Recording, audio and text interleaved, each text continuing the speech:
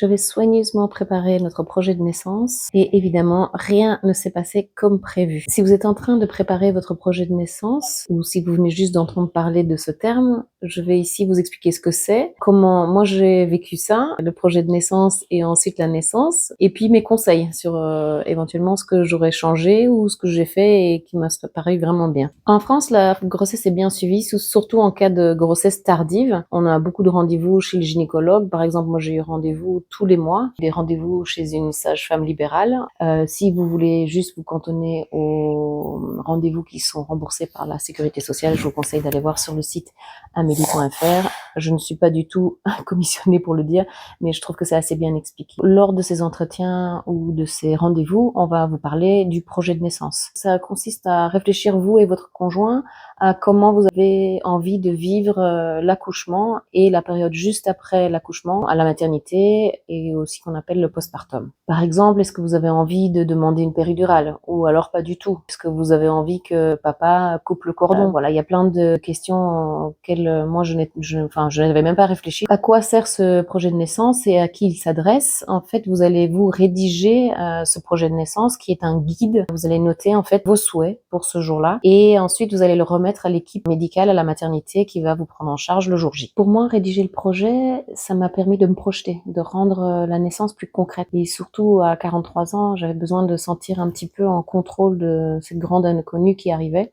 Alors, coucher sur papier comment on veut accoucher, comment on veut vivre cette expérience unique me paraît très important. Par contre, il faut bien garder en tête que ce ne sont que des souhaits, c'est un guide, une ligne directrice. Rien n'est gravé dans le marbre, vous pouvez très bien changer d'avis au cours de votre grossesse ou même pendant l'accouchement. On ne peut pas tout prévoir et tout contrôler. Pour vous donner un exemple, moi, j'étais plutôt pour ne pas faire la péridurale, mais je n'étais pas contre non plus. Je voulais rester mobile le plus longtemps possible pour favoriser la descente de bébé, un accouchement plutôt physiologique. Évidemment, vous vous en doutez, ça ne s'est pas du tout passé comme prévu. Pour préparer l'accouchement et comprendre la grossesse, j'avais lu plusieurs livres. Tout d'abord, il y a Attendre bébé autrement. C'est un peu plus une bible pour les personnes qui cherchent une approche plus naturelle de la grossesse et de l'accouchement. C'est un livre qui a répondu à beaucoup de questions que je me posais. On peut le lire d'une traite ou alors chercher des informations au fur et à mesure de nos questionnements. Ensuite, il y a Accoucher sans stress avec la méthode Bonaparte. Celui-là, je l'ai beaucoup aimé parce qu'il propose de nombreux exercices. On peut choisir ceux qui nous conviennent le mieux. Et les images, les photos des postures sont très claires et les explications aussi. Et ce que j'ai particulièrement aimé, ce sont les postures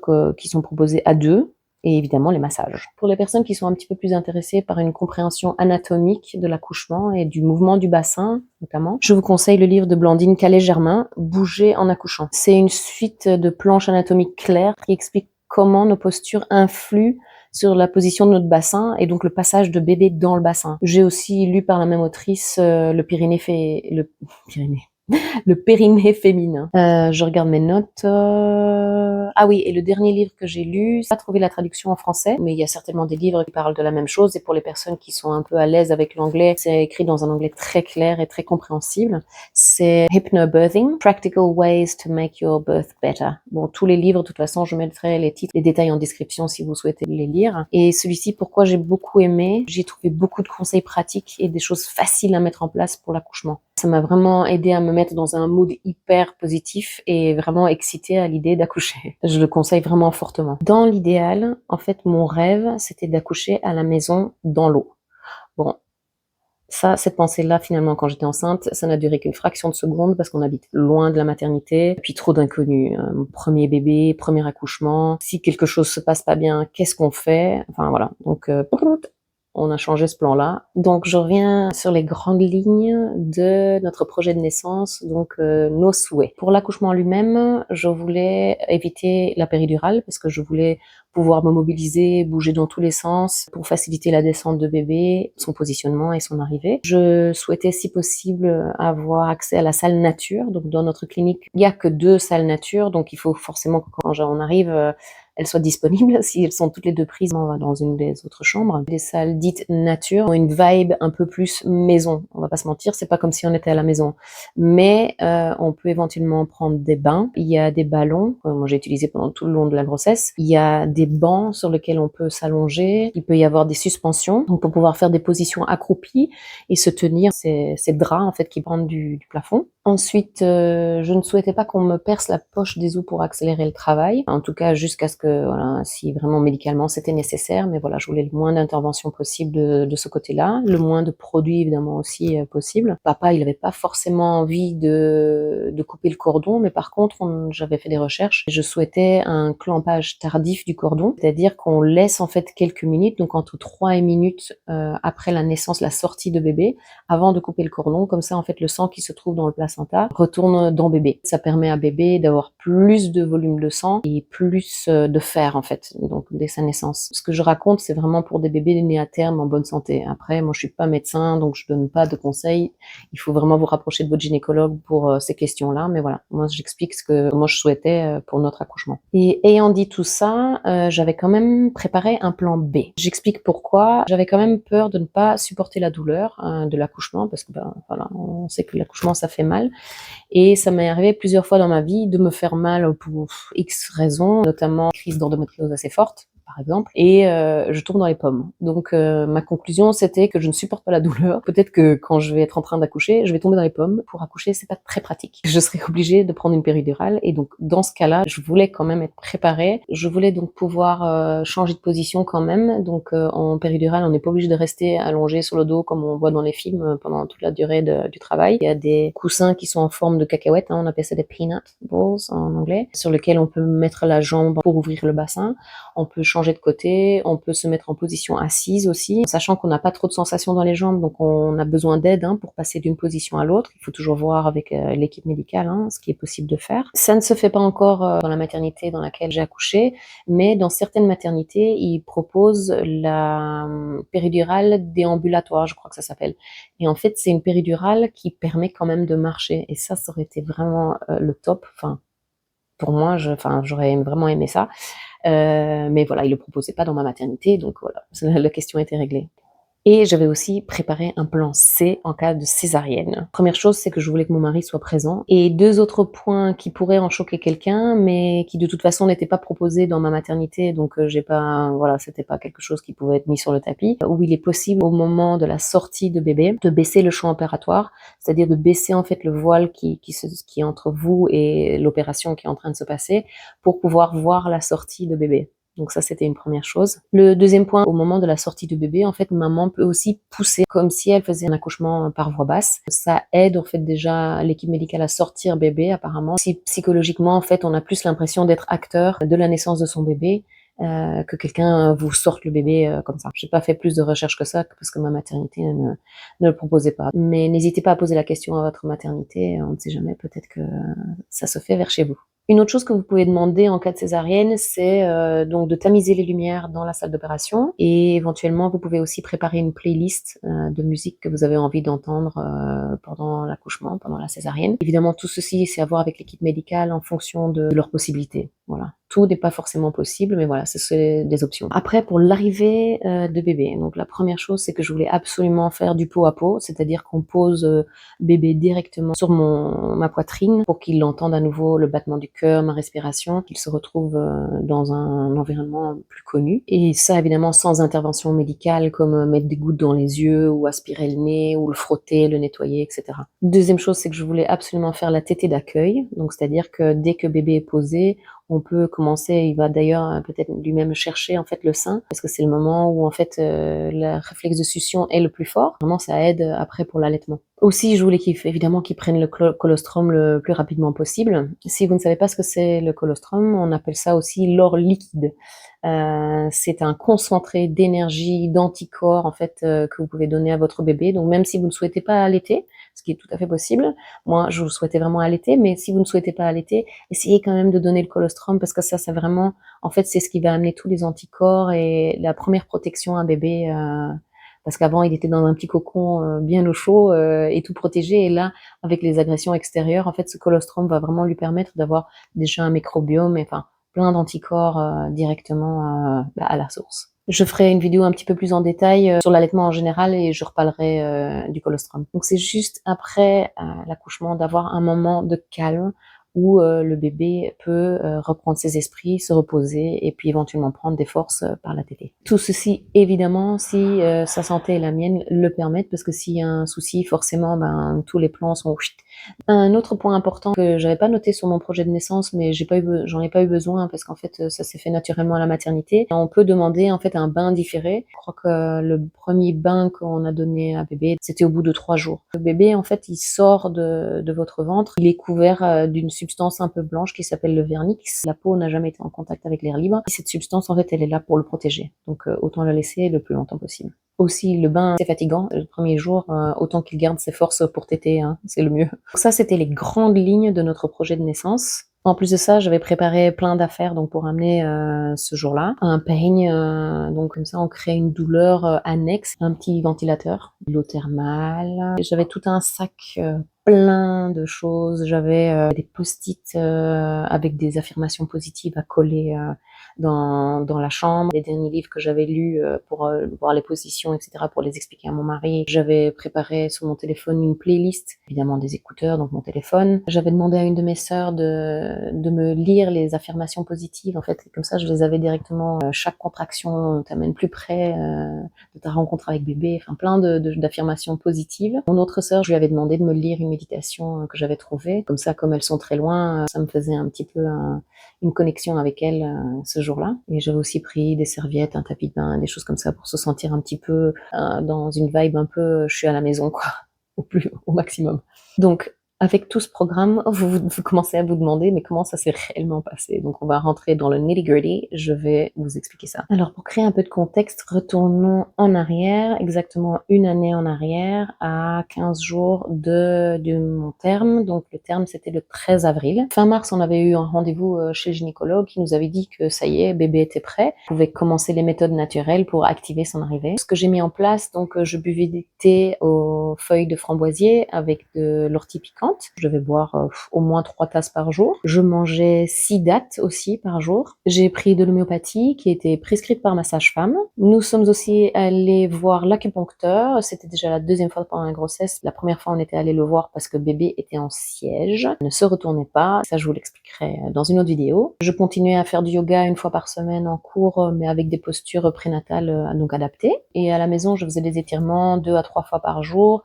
Et puis, je me posais sur le ballon, je faisais des exercices, consiste aussi à des étirements, en fait, au moins 1 à 2 heures par jour. À 2 jours du terme de bébé, le 11 avril, en fait, on est retourné voir le gynécologue qui nous a dit que on pouvait pas dépasser 41 semaines plus 6, en fait, parce que sinon après, c'était dangereux pour bébé. Donc, s'il n'était pas arrivé d'ici là, il faudrait déclencher l'accouchement. C'est pas forcément ce qu'on souhaitait. Donc là, je vais commencer à faire des exercices en plus tous les jours pour vraiment favoriser sa venue naturellement. Donc je marchais dans la rue avec une... Bon, j'ai réussi à poser bébé. Il dort pour l'instant. On va continuer. Donc j'avais commencé avec, en marchant dans la rue, je mettais un pied sur le trottoir, un pied dans la rigole, et en fait je marchais de façon un peu dissymétrique en fait, pour créer une ouverture du bassin, pour aider bébé à descendre. Pardon, je regarde tout le temps si bébé se réveille pas. Et ça marchait pas du tout. En fait, je sentais même pas quand j'avais des contractions. En fait, je me suis rendu compte plus tard, en fait, quand j'ai fait des monitorings à la maternité ou avec la sage-femme, que je confondais en fait les contractions avec les mouvements de bébé. Donc, et en général, quand j'avais une contraction, après bébé il me donnait un coup de pied, et donc c'est pour ça en fait je mélangeais tout. J'avais pas envie qu'on me déclenche parce que j'avais lu des témoignages de femmes en fait pour qui en fait le déclenchement avait créé un accouchement beaucoup plus long et éventuellement qui se terminait par une césarienne. Et c'est aussi d'ailleurs un peu ce que m'a expliqué le médecin. Il voulait aussi nous encourager à utiliser des méthodes naturelles, hein, donc l'acupuncteur, etc., pour pouvoir déclencher naturellement. Puis j'ai trouvé sur internet quelque chose qui s'appelle le Miles Circuit, donc le circuit Miles, conseillé par beaucoup de femmes pour qui ça avait bien marché. Ça consiste en 3 positions, enfin 2 positions pour commencer, et puis un exercice. Donc tout d'abord une position allongée, enfin à 4 pattes, et on tient cette position pendant 30 minutes. Ça va favoriser en fait la sortie de bébé du bassin par gravité. sortir un tout petit peu. Et après 30 minutes, généralement, on se couche plutôt sur le côté gauche avec la jambe du dessus, en fait, relevée le plus possible, donc écartée vers le haut et vers l'avant. Et on tient cette position aussi pendant 30 minutes et ça permet de bien positionner bébé pour faciliter son arrivée. Et après ces 30 minutes, on fait un exercice pendant 30 minutes. Donc moi, ce que j'ai fait, c'était l'exercice de monter et descendre l'escalier de côté, 2 marches par 2 marches. Je faisais d'un côté et puis de l'autre, d'un côté et puis de l'autre. Et cet exercice, en fait, facilite la descente, évidemment, de bébé dans le bassin. J'avais décidé de faire ces exercices donc le 16 avril 2025. On est le 16 avril 2026 aujourd'hui. Mon terme plus 3 jours, parce qu'en fait, mon mari, comme ça, il avait eu le temps, en fait, de tout terminer, tout le boulot qu'on devait faire avant l'accouchement. Comme ça, il était tranquille pour l'arrivée de bébé. J'ai fini les exercices vers 17h30. Ensuite, on est juste allé se promener un petit peu pendant 20 minutes, on a promené les chats, on a fait un petit tour dans les bois, on a mangé quelque chose de léger, je vais manger une salade, et on s'est couché, je crois, vers 22h30. Vers 23h, donc en me retournant dans le lit, j'ai senti un gros pop, comme un gros élastique qu'on tend et puis qui lâche, en fait. C'était vraiment cette sensation-là. Et puis suivi de ça, en fait, j'ai eu une contraction qui m'a pris tout le bas du corps. Et donc là, j'ai réveillé mon mari, j'ai dit, oh là, j'ai une grosse contraction. J'ai eu quelques contractions qui ont suivi. J'ai téléchargé rapidement une application pour calculer la durée et la fréquence des contractions. La sage-femme et à la maternité, en fait, on nous explique qu'il faut surtout pas aller à la maternité trop tôt. Il faut que les contractions soient régulières, qu'elles soient espacées, je crois, de 5 minutes. On reste à peu près 2 heures à la maison. Comme ça, on est tranquille, on peut prendre une douche, on peut prendre un bain, se mettre dans le canapé. On est chez soi, quoi. On n'est pas à la maternité, voilà, trop en avance. Donc, je chronomètre les contractions. Elles sont irrégulières, donc en moyenne, elles sont toutes les 6 minutes, mais elles durent 2 minutes. Et l'application, elle me met qu'il faut qu'on aille à la maternité. Je me dis, mais c'est pas possible, il y a une erreur. Puis là, je me retourne dans le lit, et puis là, évidemment, je perds les os. Donc là, je réveille réellement mon mari, je dis, bon ben là, ça y est, c'est le moment. Je me lève, j'ai encore un peu de liquide qui s'écoule. Puis là, je suis prise de violents tremblements qui me prennent tout le corps. Enfin, c'est hyper impressionnant. Heureusement que la sage-femme m'avait prévenu, c'est tout à fait normal. C'est une décharge d'adrénaline dans le corps. Donc, mais bon, voilà, c'est flippant quand même. Et puis j'imagine encore plus flippant si personne vous a prévenu. Puis donc j'ai appelé la maternité pour leur dire que je venais de perdre les os et qu'on allait arriver dans un peu plus d'1 heure, hein, parce qu'on habitait à 1 heure. Et comme ça laissait le temps à mon mari d'aller nourrir les animaux. Et puis moi j'en ai profité pour prendre quand même une douche. Quand tout ça s'était fait, on a pris les sacs. J'ai donné une alaise à mon mari et une serviette pour qu'il mette ça sur le siège passager. Et on est parti pour la maternité. La voiture, c'était vraiment pas évident. On habite au bout d'une piste en fait, donc il y a des trous, des bosses, et avec les contractions, c'était vraiment pas top. Mais heureusement, j'ai un mari qui conduit doucement, et puis en fait, après chaque bosse ou chaque trou, de toute façon, à chaque contraction, il s'arrêtait parce que voilà, c'était trop. Une fois arrivé sur la route goudronnée, ça allait beaucoup mieux déjà. Bon, à part les bosses, mais bon, comme il conduit doucement, ça allait quoi. Mais je connais toutes les bosses de la route par cœur. Évidemment, mon plan A, pour rester 2 heures tranquille à la maison, c'est parti à l'os. Arrivé à la maternité, une salle nature est disponible, donc super. Il y a une baignoire. Moi, c'était ce que je voulais, c'était vraiment être dans l'eau. Par contre, avant de pouvoir prendre le bain, il fallait que je monte sur le lit, en fait, pour faire un monitoring, pour voir si comment bébé allait. Avec l'effort de monter sur le lit, mais j'ai vomi. J'ai tout vomi. On a à peine eu le temps de m'amener les petits cartons, là. Et puis, enfin, c'était pas assez grand, donc on m'a amené une poubelle. Bon, je vous raconte tout, hein. Heureusement, j'avais aussi une copine qui m'a expliqué que ça lui était arrivé. Donc, j'étais pas surprise non plus. Et puis, bon, la sage-femme, évidemment, elle me dit, mais il y a pas de souci, vous inquiétez pas, ça arrive, c'est pas un problème, quoi. Après ça, donc ils m'ont mis donc les sangles pour le monitoring. Le bébé va très bien. Et puis là, donc on fait un toucher vaginal pour voir l'ouverture du col. Et je suis dilatée à 2 centimètres. Je sais plus exactement l'heure qu'il était. Peut-être on est arrivé à la maternité à 1h30, 2 heures peut-être. Donc évidemment là, je décide de prendre un bain parce que je me dis ça va me soulager. Mon mari me dit bon, moi je suis vraiment pas de nuit, donc je vais aller me reposer un peu pour prendre des forces. Moi je vais dans le bain et puis je me relaxe un petit peu dans l'eau. C'est pas super confortable, donc après 20 minutes en fait j'ai besoin de bouger, donc je sors de la baignoire. Et dès que je sors, en fait, je suis un peu paralysée par les contractions. Donc, en fait, la seule chose que je peux faire, c'est je m'agrippe au bras de mon mari et puis voilà. Et puis je le tiens comme ça, et puis j'essaye de respirer comme je peux. Dans un de mes livres, elle parle de respiration, donc on inspire 4 et on expire 8. Donc c'est le double de l'inspiration. Donc si vous faites 3, il faudrait expirer 6, etc. C'est sur ça que j'essayais de me concentrer au maximum. Autant vous dire que le sac que j'avais préparé avec les méditations, les post-it, l'eau florale, Les playlists de musique, bah alors là, j'ai rien utilisé du tout.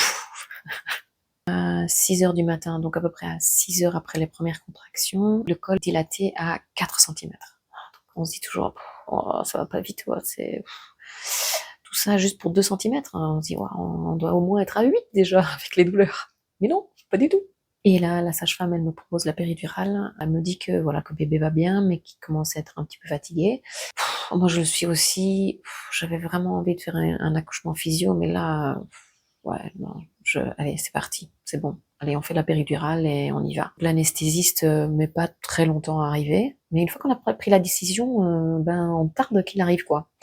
Donc on m'emmène dans une autre chambre, du coup, on me pose la péridurale, donc enfin, vous inquiétez pas, hein, enfin, on sent le pic de la première piqûre qui est anesthésie, et puis après pour la péridurale en elle-même, j'ai rien senti. Vous inquiétez pas, ils savent très bien piquer, contraction, pas contraction, enfin voilà, ils vont tout vous expliquer. Moi, ça s'est passé vraiment très très bien. Très rapidement, waouh, la douleur s'en va. On souffle, c'est un truc de dingue. J'avais l'impression de revivre. Quand j'ai vu des témoignages de femmes qui disaient qu'elles pouvaient embrasser l'anesthésiste, je les comprends. On me remet dans une autre salle, du coup, plus dans la salle nature, dans une salle qui fait un peu plus médicalisée. Vers 7h30, je donne quelques nouvelles à la famille par WhatsApp. À ce moment-là, voilà, mon mari, il en profite pour faire un petit somme. Et moi aussi, je m'assoupis un petit peu, j'arrive à dormir un petit peu. Quand on pose une péridurale, après on vous donne une pompe pour se redonner en fait du produit si on commence à nouveau à sentir des douleurs. On gère un petit peu sa douleur soi-même. À 9h, je suis à 6 centimètres. Donc je me dis, waouh, en 2h30, 3 heures, j'ai fait 2 centimètres en dormant pendant 1 heure. Alors qu'avant, 6 heures pour 2 centimètres, je me dis, waouh, c'est le grand luxe en fait, le péridurale. Mais par contre, même si je me mets pas beaucoup de produits, en fait, je sens pas le besoin de bouger, en fait, en fonction de l'arrivée de bébé. Donc je me dis, ça doit être la péridurale, de toute façon, je sens pas, quoi. À 11h30, on refait une vérification et je suis à dilatation 7-8.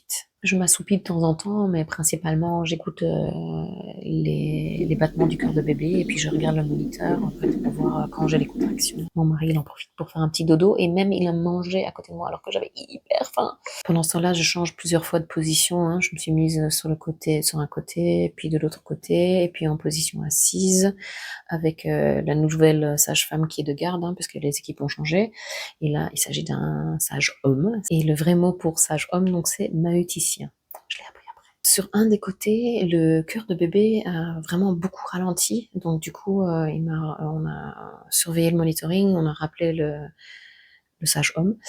Et donc j'ai demandé à être à nouveau en position assise parce que je me suis dit que c'était la position qui aiderait le plus, hein, par gravité à faire descendre bébé. Peut-être que du coup ça va favoriser l'appui sur le col et donc l'ouverture du col. Enfin, c'était mon espérance. À 13h40, je suis à 8 centimètres. La gynécologue de garde décide donc de faire une échographie pour voir si bébé en fait a la tête qui est bien placée pour pouvoir sortir, pour pouvoir descendre dans le bassin. Et donc rien, en fait il est tout à fait bien positionné, simplement il descend pas dans le bassin. Là, elle nous explique que normalement on ne reste pas plus de 3 heures à même dilatation. À 11h30, j'étais à 7-8. Et à 13h40, j'étais qu'à 8. Elle m'explique que si le col se dilate pas rapidement, en fait, on va être obligé de faire une césarienne. Donc, on attend encore un petit peu, mais il faut commencer à y penser, quoi. Le bébé avait tardé à se retourner, je crois que c'était semaine 32. Notre gynécologue nous avait dit qu'il y avait une possibilité de césarienne, si jamais il restait en position siège. Donc, finalement, en fait, ce passage-là m'a un peu fait penser à la césarienne et j'avais déjà fait quelques recherches en amont. Pendant l'attente, le cœur de bébé ralentit, parfois même on n'entend plus son cœur. Bon, après ça repart, et puis bon, ça arrive plusieurs fois comme ça, et c'est un peu stressant, donc on rappelle le sage-homme, et puis la gynécologue vient aussi. Vers 15h30, je pense qu'il était, on reprend la dilatation, et je suis toujours qu'à 8. La gynécologue me dit, bah là, on va faire une césarienne, ne vous inquiétez pas, donc on n'est pas du tout dans l'urgence, bébé va quand même bien, il est vraiment fatigué. Je lui confie que moi aussi, hein, à ce moment-là, j'étais quand même fatiguée, et puis stressée d'entendre ces battements de cœur qui s'arrêtent, c'est quand même assez impressionnant. Elle me dit, on est sur une césarienne code vert, ça veut dire que l'équipe est prévenue, tout le monde sera au bloc, ça va se passer vraiment tranquillement, on va pas vous emmener comme ça rapidement, voilà, tout va bien quoi. Sauf là, c'était vraiment pour moi le coup dur, c'est qu'il disait qu'il y a une partie de l'hôpital où je me souviens plus trop bien, ou une partie des salles d'op qui étaient en travaux, donc mon mari ne pouvait pas venir avec moi. pour faire la césarienne. Et donc ça, ouais, ça, bah, j'ai pleuré évidemment. Voilà, je vais pleurer encore maintenant. Ouh, pardon. Ouais, il nous accompagne jusqu'aux dernières portes où il peut aller, quoi. Puis on m'emmène vers la salle d'opération. En fait, ce qui m'a rassurée, c'est marrant parce qu'en fait, pour faire la vidéo, en fait, je lui ai posé la question à ce moment-là, qu'est-ce que tu as ressenti? Moi, c'était le désespoir de le quitter. Et en fait, lui, il m'a dit, ben moi, c'était vraiment un soulagement parce que je savais que tu étais fatiguée et je savais que bébé était fatigué. Et donc, moi, c'était le soulagement de savoir que ben, ça était bientôt la fin. Comme quoi, hein, sur une situation, on peut avoir deux points de vue complètement opposés. Je me retrouve dans le bloc et les médecins vont me préparer pour la césarienne. Ce qu'il faut savoir pour la césarienne, c'est qu'on est obligé d'avoir les bras en croix comme ça, on est attaché. Ça paraît barbare comme ça. Ce qui est vraiment super, c'est que moi, l'équipe médicale a vraiment pris le temps d'expliquer toute la procédure. Donc ils m'ont dit, même si j'avais lu dans les témoignages, je savais qu'on était attachés, ils m'ont prévenu, ils m'ont expliqué. Après, ils m'ont fait ressentir en fait ce que j'allais moi sentir dans mon corps, donc les tiraillements ou les mouvements que j'allais peut-être sentir.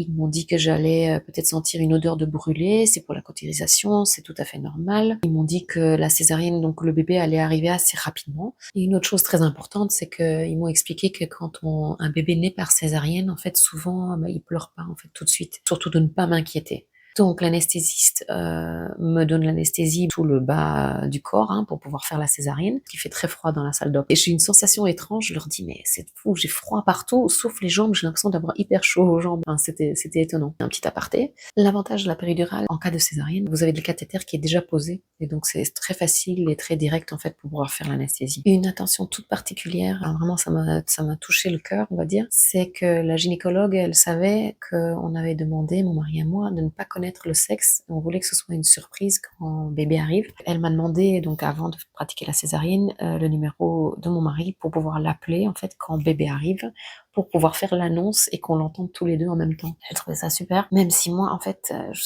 vous livre un petit secret, je savais déjà le sexe de bébé, et c'est pas en regardant les échographies. Je vous expliquerai comment ça s'est passé. J'ai trouvé ça vraiment super bienveillant, très humain de sa part de me proposer ça à ce moment-là, alors qu'elle était pas du tout obligée, hein, parce qu'elle avait d'autres choses à penser. Très touchant. Durant toute la procédure, ils m'ont expliqué ce qu'ils étaient en train de faire, jusqu'au moment où bébé est sorti, et puis là, il a fait le ouin on entend dans tous les films. J'ai été rassurée tout de suite. Quelqu'un me colle le téléphone à l'oreille parce que donc je suis toujours attachée. On m'amène bébé et puis on me dit c'est un petit garçon et il va très bien. Je sais plus si j'ai pleuré, mais c'était incroyable. Ça s'est passé tellement vite en fait. On attend ce moment tellement longtemps, puis c'est arrivé tellement vite finalement, la césarienne, boum, bébé est là. Je crois qu'ils ont repris bébé un petit peu pour le couvrir, etc. Parce qu'il fait froid, donc, comme j'avais dit, dans la salle d'op. Et puis ils me l'ont ramené près du visage. Je voulais juste en fait qu'une chose, c'était que très rapidement il fasse du pot à pot. Et comme c'était pas possible avec moi, je voulais juste qu'il retrouve rapidement son papa pour pouvoir faire le pot à pot. Donc d'ailleurs, la personne qui m'a tendu le bébé, je lui ai dit non, non, mais amenez-le à son papa. Il était un peu étonné, il s'est dit ah bon, vous êtes sûr? Je dis oui, oui, il sera beaucoup mieux en peau à peau que dans la salle d'opération avec ses bruits, ses odeurs, enfin voilà, il sera beaucoup mieux avec papa quoi. Donc il est parti. Là j'ai pleuré, je pense que là j'ai pleuré par contre. Ouf, ça fait toujours monter, c'est bizarre. Pourtant en préparant la vidéo, j'ai pas pleuré. Je me suis dit, ben non, je pleure plus quand je pense à ça. Mais ouais, c'est de me replonger là-dedans, ça fait remonter l'émotion. Donc on me recoue, tout se passe bien, voilà, le placenta il le sort, tout va bien. Je suis obligée d'aller en salle de réveil. Dans certaines maternités, les salles de réveil sont dans la maternité. Ici, c'était pas le cas, c'est une clinique générale, hein, donc il y a d'autres personnes qui arrivent pour d'autres opérations. Les salles de réveil ne sont pas du tout adaptées pour les nourrissons. Voilà, je devais attendre 2 heures dans la salle de réveil, toute seule, alors que je crois qu'il y avait qu'une autre personne en plus dans la salle de réveil. Il y avait personne quoi. Et je me dis, oh, je dois attendre là pendant 2 heures. Extérieurement, j'essaye de rester calme, mais intérieurement, je trépigne. J'ai qu'une envie, c'est de retrouver mon fils et mon mari, et puis de rencontrer réellement mon fils, quoi, de le tenir dans mes bras, de le sentir. Donc j'arrive à m'assoupir un petit peu, mais de temps en temps, donc je me dis, bon, c'est bien, reprends des forces, parce que tu vas en avoir besoin. T'as pas beaucoup dormi depuis 24 heures, donc bon. Il est né à 16h46, exactement le 17 avril 2025, et c'est le 17 avril 2026, demain. J'en reviens pas, ça fait presque 1 an. Donc voilà, on est très loin de l'accouchement idéal que j'avais imaginé, que j'avais couché sur papier.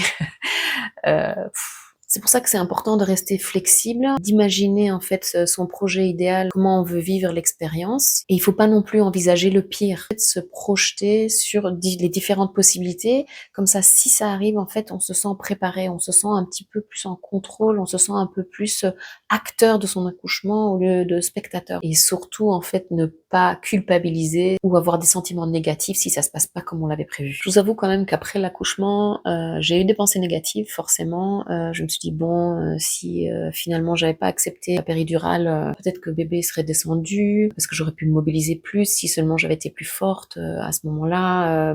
Peut-être que j'aurais fait un accouchement par voie basse. J'avais ces pensées négatives, mais c'est trop facile en fait de réfléchir avec l'expérience qui est passée, parce qu'en fait, quand on prend une décision, c'est parce qu'on est dans l'instant, parce qu'on prend la décision en fonction de ce qui est en train d'arriver, tout le sentiment qu'on ressent à ce moment-là. Ça sert à rien de se dire, bah, si j'avais, avec les si, hein, on met pareil en bouteille. Ça sert à rien de regretter après coup. Je crois que ce qui a été le plus difficile pour moi, c'était vraiment ces 2 heures de séparation après sa naissance. Je crois que ce qui m'inquiétait le plus, c'est que je m'imaginais bébé, en fait, en train d'essayer de trouver le sein, téter, essayer de me trouver, enfin voilà.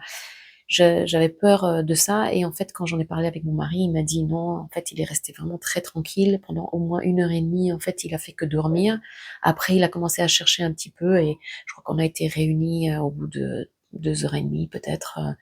Et donc là, on a pu réellement prendre connaissance et puis faire la tétée d'accueil à ce moment-là. Et ça, je reviendrai un petit peu plus en détail dans ma vidéo sur l'allaitement. J'ai dû faire le deuil de mon accouchement physiologique, et puis j'ai dû faire mon deuil de l'accouchement par voie basse, mais c'est ok.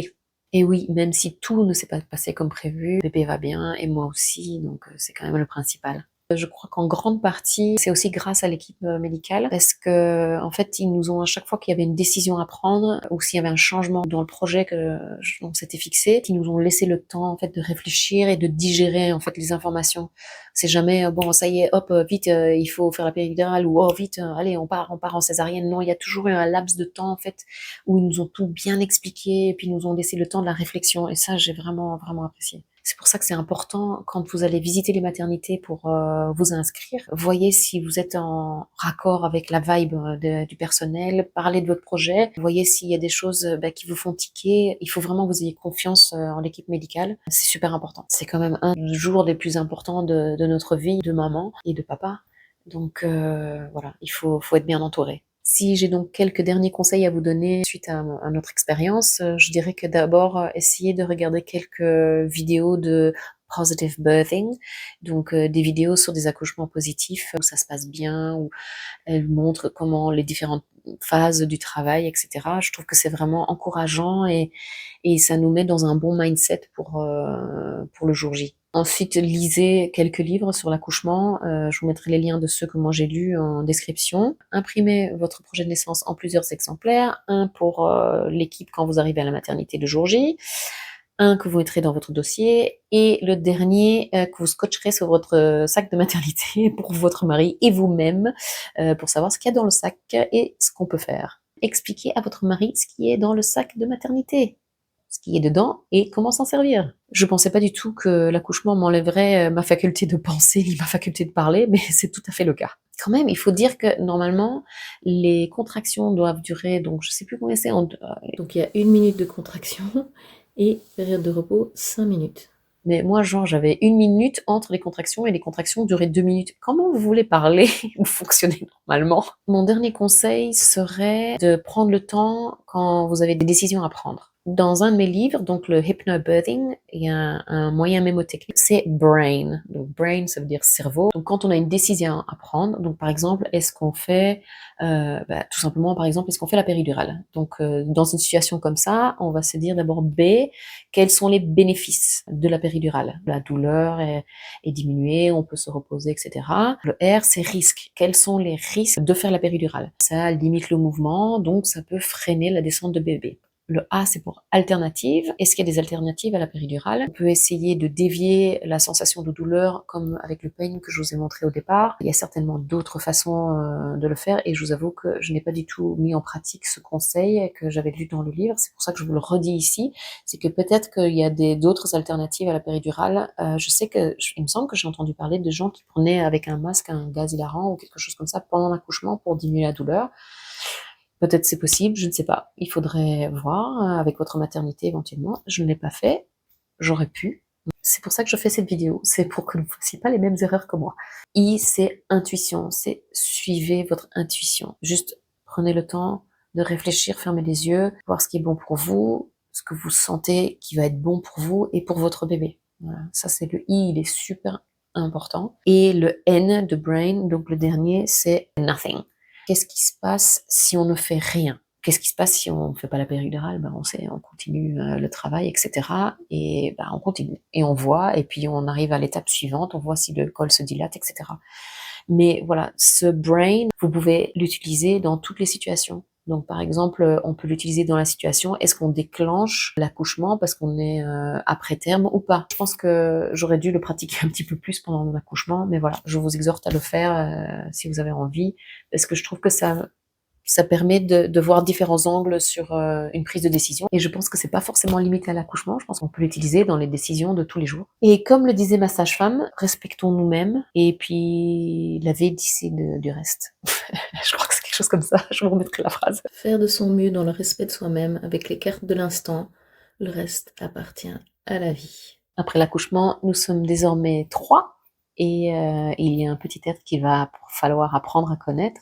Et le prochain obstacle à franchir, malgré ce que je pensais, c'est l'allaitement. À très vite.